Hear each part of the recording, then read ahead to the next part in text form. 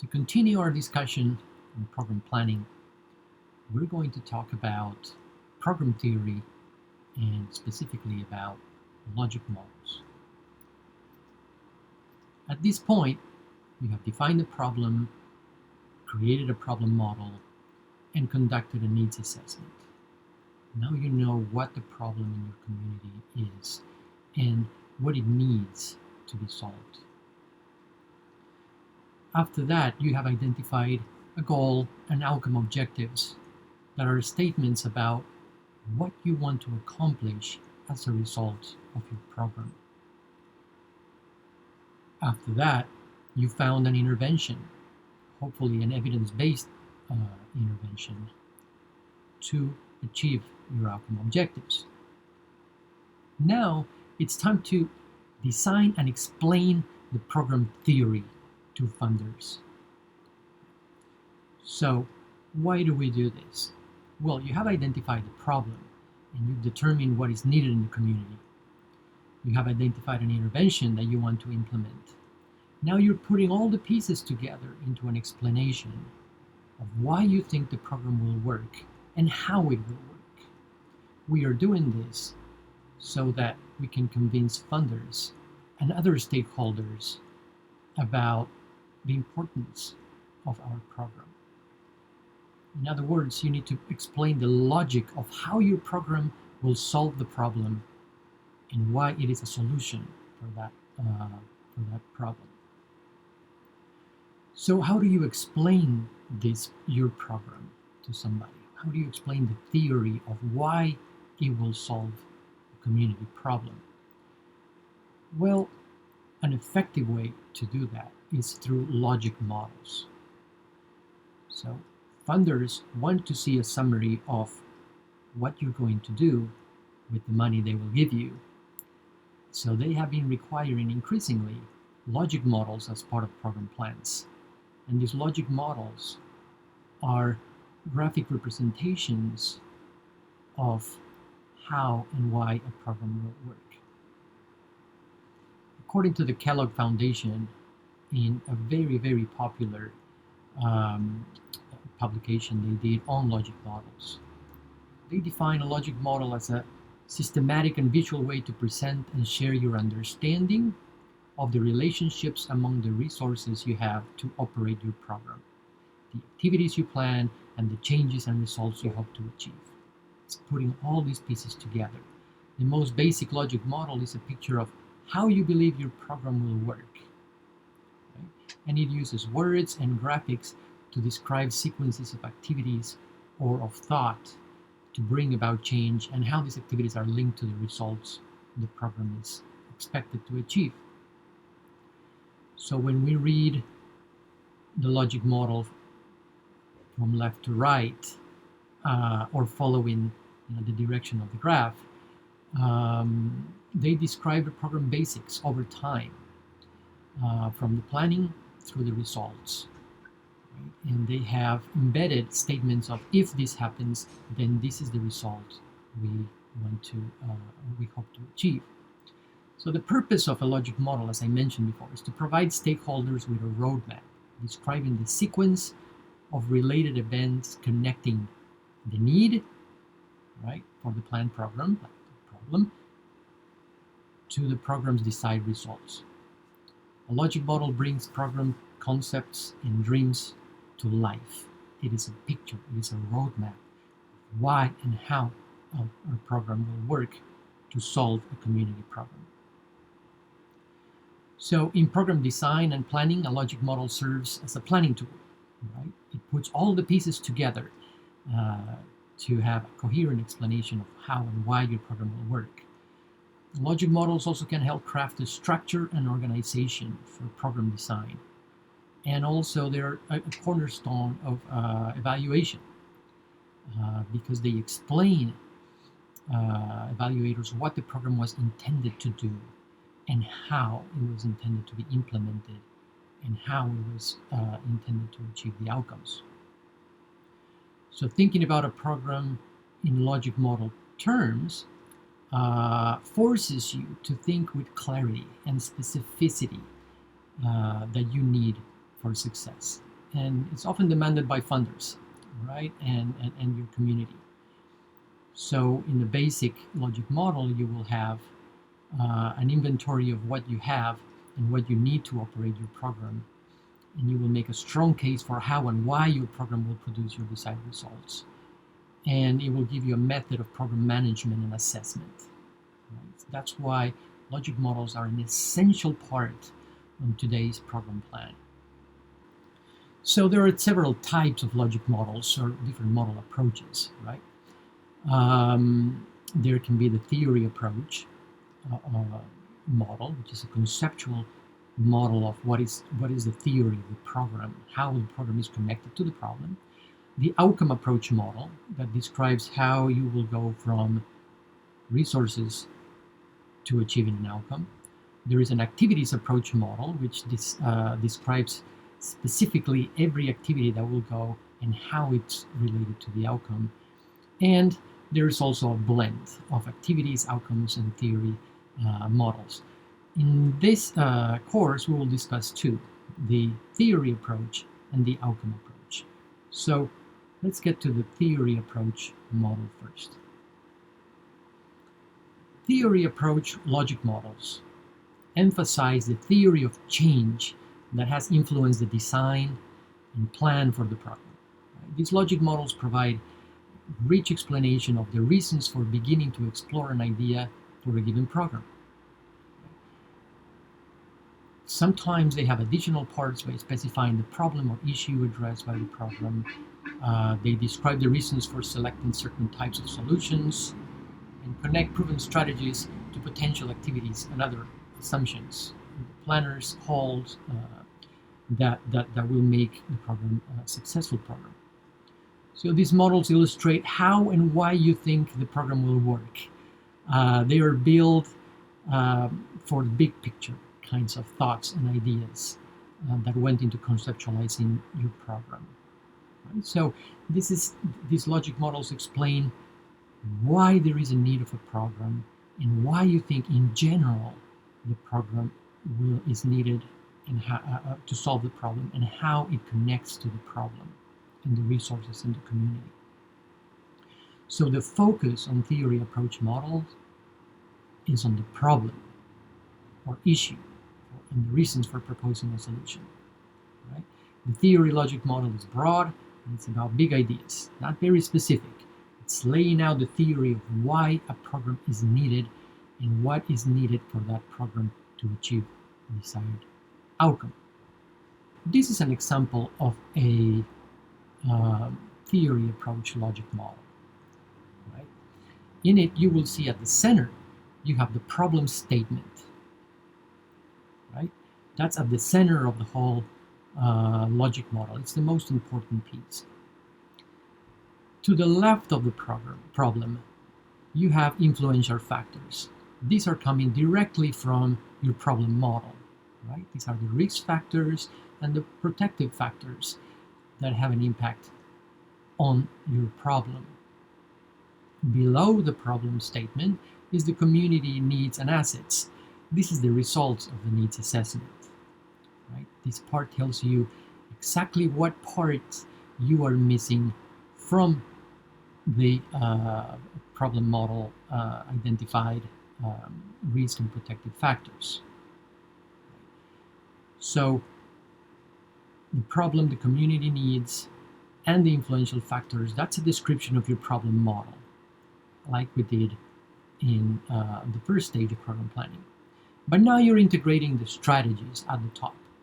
The strategies are the intervention that you're proposing for your program. Right?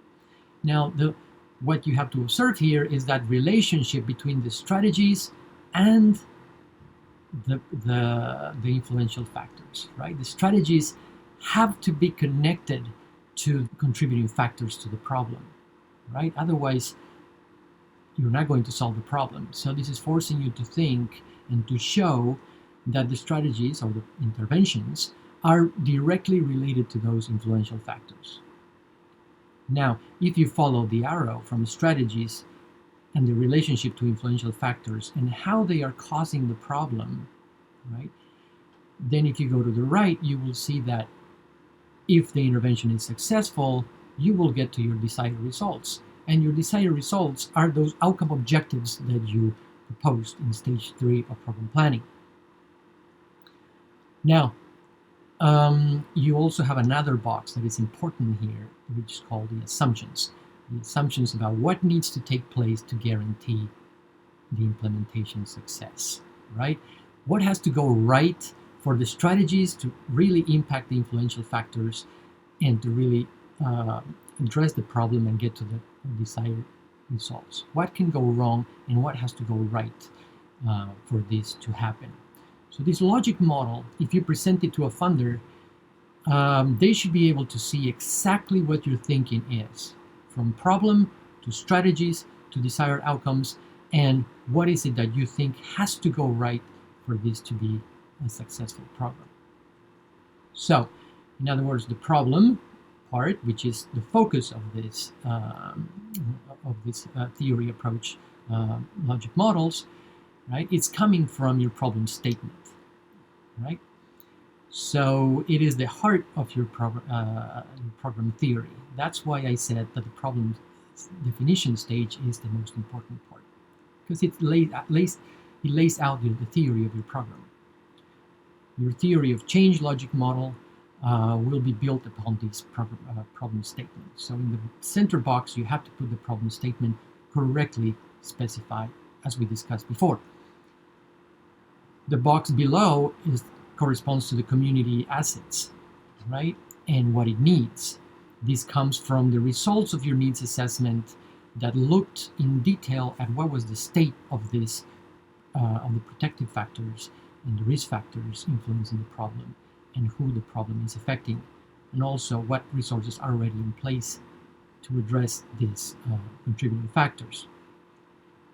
The desired results come straight from your outcome objectives and your goal, right? This is exactly the change you want to see as a result of your program. And then the influential factors are, of course, coming from your problem model, right? What are the influential factors that can influence change in your community that are causing the problem, right? That is, again, laying out that part of the problem definition step. The strategies are the interventions that you are proposing to solve the problem, right? These are hopefully evidence-based interventions, right? They're best practices that have shown to be related or to cause changes in protective factors, risk factors, or the problem directly. And it's a good idea to relate your approach, like I said, to similar change strategies that have proven effective, like we discussed in the evidence-based interventions videos. This is a new part. The rest is coming from other parts of your program plan, right? The assumptions part is forcing you to think about why your approach will be effective, right? After you make the case for selecting intervention, it's important to think about what could go wrong here and what needs to go right for the intervention to actually work, right? It should be quite apparent on how your program intends to function as an intervention to solve the problems or build existing assets. And you should draw direct conclusions about the statement of need and the capacities in your community in your assumptions, right? Now, let's go through an example to put this all together. And this is a logic model we constructed for a program called No Zip Code Left Behind. Again, the problem that we were trying to address is at the center of this logic model.